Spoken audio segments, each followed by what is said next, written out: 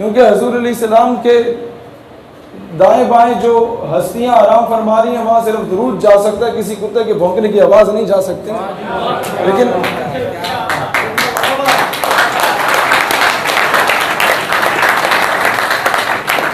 बात यह है कि हमें हकीकी मैनों में सैयदना सिद्दीक़ अकबर रज़ी अल्लाह ताला अन्हु, सैयदना हैदर कर्रार रज़ी अल्लाह ताला अन्हु में 2 मरतबा उम्रे पे गया, 3 मरतबा में किला खैबर गया।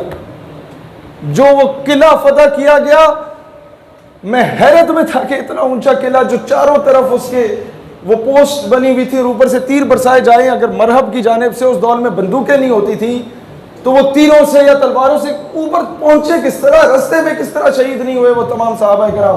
तो तब अंदाजा होता है कि ये काम शेर खुदा ही कर सकता है। वहां जाएं आपकी अकल दंग रह जाएगी। बड़े बड़े जर्नैलों को ले जाएं दुनिया की हर फौज के कि यार 1450 साल पहले ये किला कैसे फतह हो गया, विदाउट टेक्नोलॉजी ये कैसे फतह हुआ। हर मकतब फिक्र के लोग यहाँ मौजूद हैं। हजरत अताउल्लाह शाह बुखारी रहमतुल्लाह अलैह पीर मेहर अली शाह रहमतुल्लाह अलैह के मुरीद थे। उनका इतना अच्छा रूहानी ताल्लुक था जब आपस में, तो फिर खत्म नबूवत पे उसके दिफा के लिए हम क्यों आपस में तकसीम बैठे हुए हैं। इशारतन ये बात काफ़ी है, इसे समझें। खत्म नबूवत और नामूस रिसालत के दिफा के लिए खुदा का वास्ता है, डेढ़ ईंट की मस्जिद ना बनाओ, एक दूसरे को सीने से लगा के चलो। ये बहुत ज़रूरी है। तालियां नहीं चाहिए, अमल दरामद चाहिए। आप लोग काम करें कि कोई तालीमी इदारा खाली ना हो।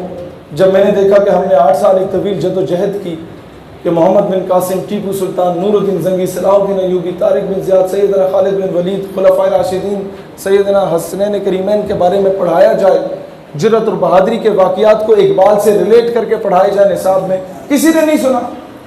तो अब 2 काम थे, या हम एहतजाज करते, नारे लगाते, या हम कहते कि नहीं हम अपना निसाब देंगे। हमने नज़रियात की सूरत में 100 सफ़हात पर मुश्तमिल एक किताब लिखी, उसमें ये सारे टॉपिक डाले और अभी तक पाकिस्तान के मुख्तलिफ तालीमी इदारों में 60,000 किताबें मुफ्त में तकसीम की हैं। ये आप अपनी हैसियत में लेकर काम कर सकते हैं, आपको किसने रोका। मैं तो उलमा से दरख्वास्त करूँगा, अब मस्जिद के खुतबों में कोशिश करें कि डायरेक्टली और इनडायरेक्टली इस कौम को बुज़दिल और बग़ैरत बनाया गया है। इस कौम को दोबारा से सैयदना हैदर करार की वो तलवार की वो जुर्रत के मुजाहिरे सुनाया करें। इस कौम को दोबारा वो दौरे फारूकी इसके सीनों में बेदार करें। मसला सिर्फ ये है कि जब हम उन हस्तियों के अकीदत, प्यार, मोहब्बत का सिलसिला जब इनके दिलों में नहीं डालते तो ये कौम उनका दिफा ही नहीं कर पाती उस तरीके से जो हक बनता है दिफा करने का। तो ये चीज़ें, क्या अकल इस चीज़ की गवाही दे सकती है। लेकिन ये इश्क है, वो बेखतर कूद पड़ा आतिश नमरूद में। इश्क अक्ल है मेवे तमाशा लबे बाम अभी।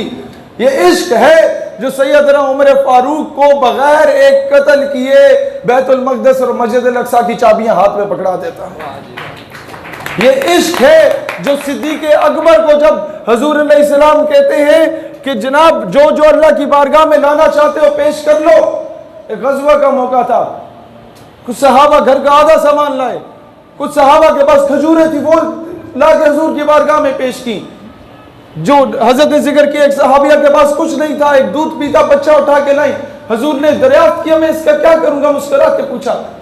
वो रो पड़ी कि आका और तो कुछ नहीं था, जब आप पे तीर बरसाए जाएंगे उसको ढाल बना लीजिएगा।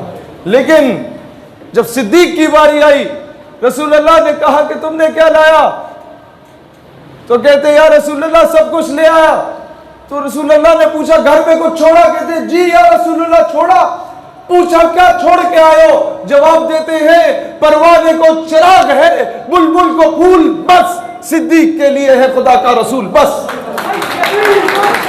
या नबी या नबी सैयदी मुर्शदी या नबी या नबी सैयदी मुर्शदी या नबी। हम लोग खुद बुज़दिल हो गए हैं। मसला सिर्फ ये है हम लोग अपने अकायद का दिफा करना ही भूल गए। मैंने हद्दुल वसा हमेशा कोशिश की, आज भी कोशिश करूं और मरने तक मेरा एम ये है उम्मत मुत्तहिद हो, मुसलमान मुत्तहिद हो, मुसलमान फिरका वारियत में ना बटे। लेकिन इसका मतलब ये हरगिज़ नहीं है कि फ़िरका वारियत की आड़ बनाकर रसूलुल्लाह अलैहि सलाम या अहले बैत या सहाबा के बारे में कोई उल्टी सीधी बात करे, हम फिर उसका फ़िरका नहीं देखते। वो चाहे खुद को मुसलमान कहे या गैर मुस्लिम कहे, वो चाहे दुनिया के किसी नुक्कड़ में बैठा हो। फिर मैं फ्रांस वालों को भी यही पैगाम देना चाहता हूँ जो गुस्ताखाना खाके शाया करने पर तुले हुए हैं। फ्रांसीसी सदर कहता है कि ये फ्रीडम ऑफ स्पीच है, फ्रीडम ऑफ एक्सप्रेशन है, let them do what they are doing. तो फिर ठीक है, तौहीन अदालत की फैसले जो हैं वो अदालतें करती हैं, तौहीन रिसालत के फैसले फिर ये नौजवान किया करेंगे इंशाअल्लाह।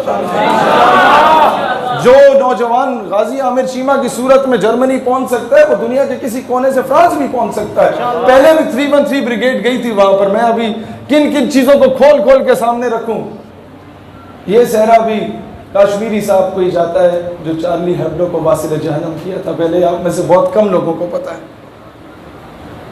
इलियास कश्मीरी, मैं इसलिए उस बंदे की कदर करता हूँ कि उन्हीं की उस ब्रिगेड को वो किस तरीके से पहुंचे, क्या हुआ, ये कहानी फिर सही। लेकिन बात यह है कि हम लोग दुनिया का पुरअमन तरीन मजहब हैं। हमारा मजहब कहता है कि इंसान का कत्ल सारी इंसानियत की कत्ल है। हमारा मजहब कहता है कि इंसान की जान बचाना, अब सारी इंसानियत की जान बचाना है। तुम मुझे गाली दो, बर्दाश्त करूंगा, मेरे ख़ानदान को गाली दो, बर्दाश्त करूंगा। लेकिन बात मेरे नबी सल्लल्लाहु अलैहि वसल्लम, सवाल ही पैदा नहीं होता, सवाल ही पैदा नहीं होता। कोई पूछे क्या माजरा क्या है, इतने जज्बाती। भाई मेरे ईमान का तकाजा, तुम्हारे ईमान का तकाजा है जाके किसी 20 रुपए की चीज़ को बना के उसके आगे सजदा रेज हो जाओ, तुम्हारे ईमान का तकाजा है। तुम्हारे ईमान का तकाजा है कोई पेशाब पी लो किसी गाय शाय का, तुम्हारे ईमान का तकाजा है। तुम्हारे ईमान का तकाजा है सलेब को जाके सजदे करो।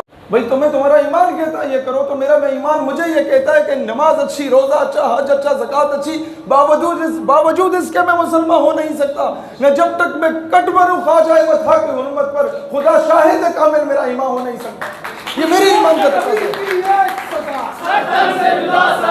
बस आखिरी नारा, आखिरी नारा, एक नया नारा इस उम्मत को देके जा रहे हैं और ये नारा फिर हर जगह पे लगे। और यकीन करो आपका नारा ही काफ़ी है। आप कुछ करें ना करें, आपके नारों से बड़ी आग लगती है और बड़ी बड़ी दुनिया आपको फिर पहले पहले अपने अखबारों में डाल दी होती है, यार ये पता नहीं कैसा दहशतगर्द आ गया। मैंने 4-5 लोगों को इंट्रोड्यूस करवाया गया था, उनमें मेरा नाम भी था। कश्मीर पे आप लोगों ने ये समिट्स करने हैं, वो सारे आके वही बातें बोले जो उन्हें पर्चियाँ मिलती थी कि ये बोलना है, इससे आगे भी नहीं जाना, इससे पीछे भी नहीं जाना। हम भी कहते थे हम भी वही बोलेंगे जो पर्ची मिलती है। बस जब आप स्टेज पे चले जाते हैं, माइक आपके सामने होता है, आवाम सामने होती है, फिर तो वो साहब आके रोक भी नहीं सकते कि जी स्क्रिप्ट चेता है तो आप बोलो, नचता है तो वहाँ तो फिर अपनी बात करनी होती है। तो मैंने बड़े बड़े सेनेटर्स को देखा कि उनकी बात लोकल रेडियो भी नहीं चलाता। लेकिन आज से 4 साल पहले जब मेरी उम्र मेरे ख्याल में 22-23 साल होती थी, आज खैर से मैं 26 साल का हुआ, तब 22-23 साल होती थी। उस दौर में मेरी कोई 10 मिनट की तकरीर थी सिर्फ, वो सारे सेनेटर्स की और MLAs की तकरीर को हटा के इंडिया में आपकी अदालत या अवाम की अदालत को इंडिया TV चैनल है, उस पे अवाम की अदालत, उसमें ये शो की गई मेरी तकरीर, कहा कि पाकिस्तान के में जो है वो आतंकवादी पैदा किए जा रहे हैं। वो देखिए आप लोगों ने। तो मैं कहता हूँ यार मैं तो अजे तक कुछ नहीं किया, तो उन्हें तो है हाल है तो असी कुछ करिए तो वाह वाह भाई। ये तो कश्मीर का, हैदराबाद, दक्कन, जूनागढ़, आसाम, तेलंगाना, ये सारे पाकिस्तान को मुफ्त में मिल जाएंगे इंशाअल्लाह। लिहाजा दलेर बने, दलेरी से दफा करना सीखें। जब आप दलेर होंगे हाकिम वक्त ऑटोमेटिकली उसकी गैरत को जोश आएगा। जब आप भी दांतों के जलसे करवाएंगे और कुत्ते लड़ाएंगे, बटेरे लड़वाएंगे, मुर्गे लड़वाएंगे और हाकिम वक्त को भी इसी तरीके से कॉन्सर्ट पे बुलाएंगे, तो वो भी डी चौक पे आपको नचवाएगा। तो आप जब हर जगह जिहाद की सदा बुलंद करेंगे तो ऑटोमेटिकली हाकिम वक्त भी कहेगा मेरी कौम मेरे साथ खड़ी है, आप मैं फैसला कर लेता हूँ।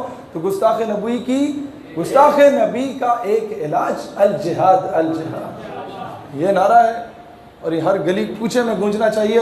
और मुझे खुशी तब होगी ये पैंट शर्ट पहनने वाले नौजवान जब ये नारा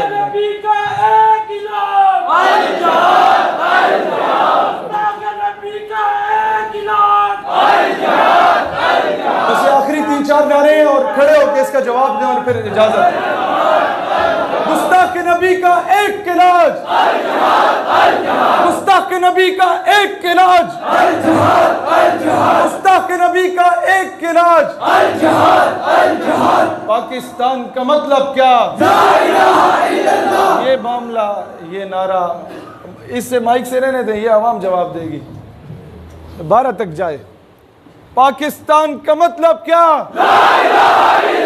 वाह वाह वाह वाह वाह। पाकिस्तान का मतलब क्या?